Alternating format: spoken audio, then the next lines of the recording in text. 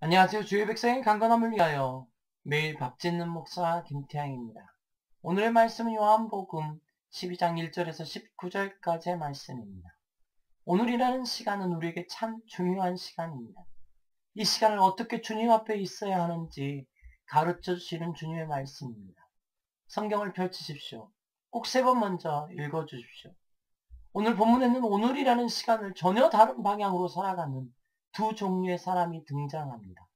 한편에서는 구원의 멋진 드라마에 참여하며 구원자 예수님의 장례를 준비하는 사람, 성경에 기록된 것을 몸으로 실행하는 사람이 등장하고, 다른 한편에서는 용심을 채우려 하고 죽이려 하고 결국 실망하는 사람이 등장합니다. 먼저 구원의 멋진 드라마에 등장하는 사람입니다. 7절과 8절입니다. 예수께서 이르시되 그를 가만두어 나의 장례할 날을 위하여 그것을 간직하게 하라. 가난한 자들은 항상 너희와 함께 있거니와 나는 항상 있지 아니하리라. 예수님께 일꾼의 1년 품삯에 해당하는 300데나리온이나 값이 되는 비싼 향유를 부은 마리아에 대해서 하신 말씀입니다. 다음은 13절부터 16절까지의 말씀입니다. 종려나무 가지를 가지고 맞으러 나와 외치되 호산나 찬송하리로다. 주의 이름으로 오시는 이 곧 이스라엘 왕이시 하더라. 예수는 한 어린 나귀를 보고 타시니 이는 기록된 바 시온에 따라 두려워하지 말라. 보라 너의 왕이 나귀 새끼를 타고 오신다 함과 같더라. 제자들은 처음에 이 일을 깨닫지 못하였다가 예수께서 영광을 얻으신 후에야 이것이 예수께 대하여 기록된 것임과 사람들이 예수께 이같이 한 것임이 생각났더라. 나사로를 무덤에서 불러내어 죽은 자 가운데 살리실 때 함께 있던 무리가 증언합니다. 예수님이 타신 나귀를 한 사람이 내어주어 그렇게 준비된 것이라고 말하고 있는 것입니다. 결국 나귀를 타신 왕 대신 예수님의 모습을 준비한 것입니다.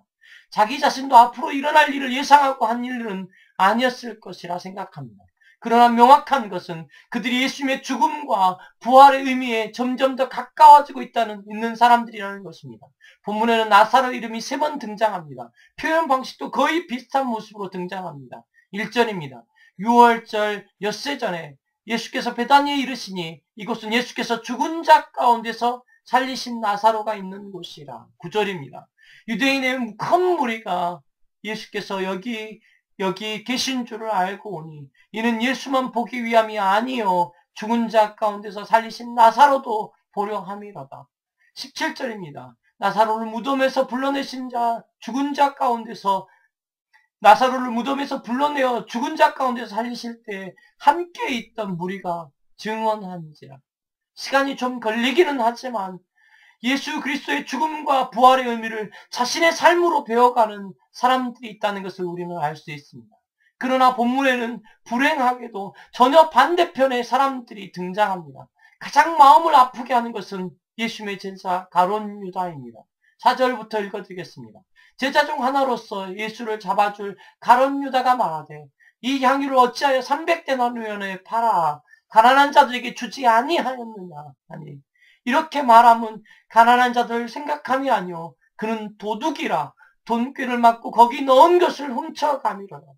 다음은 대제사장들입니다. 하나님과 자신이 가깝다고 생각하는 이들입니다. 그러나 살인을 도모하는 자들입니다. 10절입니다. 대제사장들이 나사로까지 죽이려고 모여하니 나사로 때문에 많은 유대인이 가서 예수를 믿습니다. 그리고 결국 실망하는 바리새인들을 볼 수 있습니다. 19절입니다. 바리새인들이 서로 말하되 볼저다 너희 하는 일이 쓸데없다. 보라 온 세상이 그를 따르는도다 합니다. 그럼 우리의 질문은 분명하지 않을까요? 어떻게 하면 욕심대로 살지 않고 주님의 나라를 준비하는 삶을 살 수 있을까요? 우리는 먼저 이런 질문을 해봐야 되지 않을까요? 너희 마음이 늘 들키고 있는 것을 아니? 라는 질문부터 시작해야 할 것 같습니다. 우리의 마음은 항상 들키고 있음을 알아야 합니다. 마음이 들키고 있다는 것을 잊어버리면 분명히 문제가 생기게 되어집니다. 두 번째 질문은 이런 것이 아닐까 생각합니다. 하나님께서 마음을 주시는 것을 실행하고 있는가에 대해서 우리는 질문해야 합니다. 우리 곁에 있는 사람들에게는 좀 엉뚱해 보이는 일이 될 수 있을지 모르지만 하나님이 마음을 주시는 것에 대해서는 반드시 실행에 옮겨야 되는 것이 우리가 해야 하는 일입니다. 세 번째 질문은 오늘의 중요함을 아는가라는 질문입니다. 우리는 오늘을 주님의 날을 준비하고 말씀을 이뤄가는 날로 살아갈 수 있습니다. 또 우리는 우리의 욕심대로 살아갈 수 있는 날로도 우리가 이 날을 만들어갈 수도 있습니다. 목사니까, 장로니까, 집사니까, 교회를 다니고 있으니까 괜찮다고 할 수 없습니다. 우리는 분명히 우리의 마음으로 질문해야 합니다. 나는 나의 마음을 들키고 있음을 아는가? 나는 하나님의 마음 주시는 것을 오늘 또 실행하고 있는가? 나는 오늘이라는 시간의 소중함을 알고 있는가? 주의 백성들이 오늘 또 우리에게 주시는 그 시간을 하나님 앞에서 화이팅!